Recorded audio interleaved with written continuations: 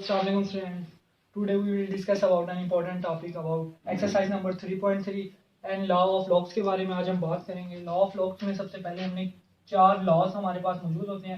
चार लॉज को हमें देखना पड़ेगा कि कौन कौन से लॉज हमारे पास यहाँ पर यूज होते हैं। सबसे पहली चीज आ जाती है log to the power base A m n. दो वैल्यूज जब आपस में मल्टीप्लाई हो रही हो तो उसके लिए कौन सा लॉज हम यूज करते हैं। नेक्स्ट चीज हमारे पास जो लॉ यूज होता है log to the base A m over n. Third law जो हमारे पास यूज होता है log to the base A m raise to power n. And fourth properties जो हमारे पास यूज होती है log to the power base a n. चार लॉज हमारे पास हम निकालेंगे। चार लॉज की वैल्यूज हमारे पास आगे जाके कौन कौन से निकलेगी। पहली चीज इस लॉ को चेक करते हैं log to the base A m n. दो वैल्यूज जब आपस में मल्टीप्लाई हो रही हो तो लॉग की कौन सी वैल्यूज ले लेते हैं। हम ले लेते हैं log A M minus log a n. पहला अगर जो चीज मल्टीप्लाई हो रही हो दो वैल्यूज उसके दरमियान में जो साइन यूज करेंगे वो पॉजिटिव साइन यूज करेंगे। और जब डिवाइड हो रही हो दो वैल्यूज आपस में तो उसी तरह ही log to the base A M minus log to the base N. Next चीज जो हमारे पास आती है लॉग ए एम की पावर एन। किसी भी वैल्यू की पावर कोई ऊपर दी गई हो तो सबसे पहले पावर को जनरेट कर लेंगे फर्स्ट में लॉग ए एन। और उसी तरह लास्ट वैल्यू जो हमारे पास मौजूद है इसके अंदर हम क्या करते हैं log a N over log ए। यहाँ से अगर आपने बेस चेंज करनी हो क्योंकि हमारे पास ऊपर वाली वैल्यूज में हमने एन लगा देना है नीचे वाली वैल्यूज में ए लगाना है। उसके बाद आप यहाँ पर बेस चेंज ले सकते हैं क्योंकि दो वैल्यूज को इस तरह फार्मूले में लिख सकते हैं। अब कुछ स्टूडेंट्स के माइंड में होगा ये वैल्यूज इसके इक्वल नहीं होगी। लास्ट में जब आप बुक में चेक करेंगे तो जब आप प्रूफ खोलेंगे स्टार्ट वाले तो ये वाली वैल्यूज इसके इक्वल आई होंगी। तो ये चार लॉस हमारे पास यूज होते हैं। जब भी दो वैल्यूज मैंने भी बताया कि जो वैल्यूज आपस में मल्टीप्लाई हो रही हो तो पॉजिटिव साइन हमारे पास यहाँ पर लग जाएगा। उसी तरह जब डिवाइड की वैल्यू हमारे पास यूज हो रही हो बेस सेम रहेगी। इसमें बेस सेम यूज की मैंने बटे वाली फॉर्म आई है तो माइनस साइन हमारे पास बीच में यूज हो गया। और उसी तरह ही लॉग ए एम बेस एन।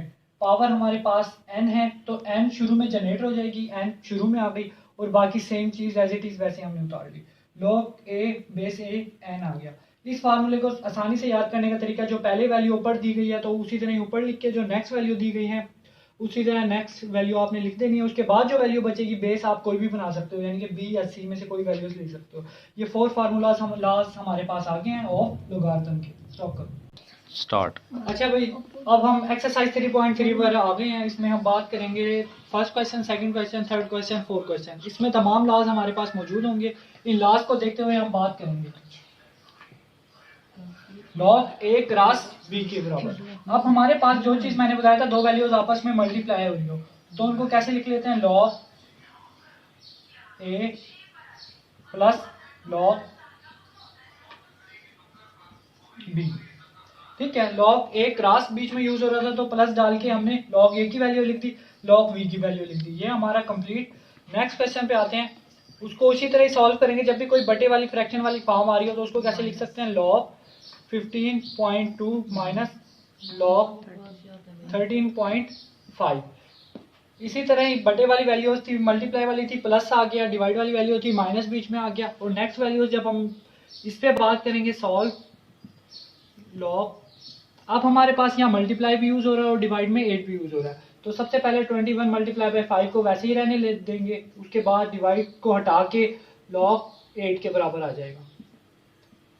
लॉग 21 बीच में मल्टीप्लाई हो रहा है तो नीचे जाके लॉग में जब कन्वर्ट होगा तो ये प्लस का साइन लग जाएगा और यहाँ पर 5 माइनस लॉग 8 हो गया।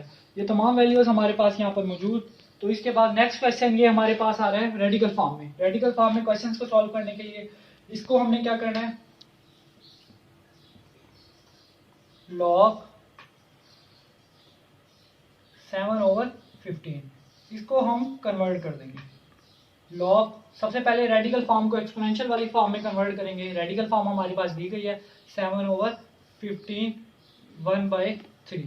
तो सबसे पहले मैंने आपको लॉज के बारे में बताया था कि जो भी पावर किसी की समथिंग पावर लिखी है उसको शुरू में हम डाल देते हैं 1/3 log 7/15 15। उसी तरह ही हमारे पास अब बड़े वाली फॉर्म आ रही है। बड़े वाली फॉर्म में जब हम इसे कन्वर्ट कर देंगे 1/3 log 7 माइनस log 15 हमारे पास मौजूद है। ठीक है, इसके अंदर ब्रैकेट डालना हमारे पास ज़रूरी है, क्योंकि हमारे पास अगर ब्रैकेट नहीं डालते तो ये शो होता है कि ये सिर्फ इसके साथ मल्टीप्लाई हो रहा है।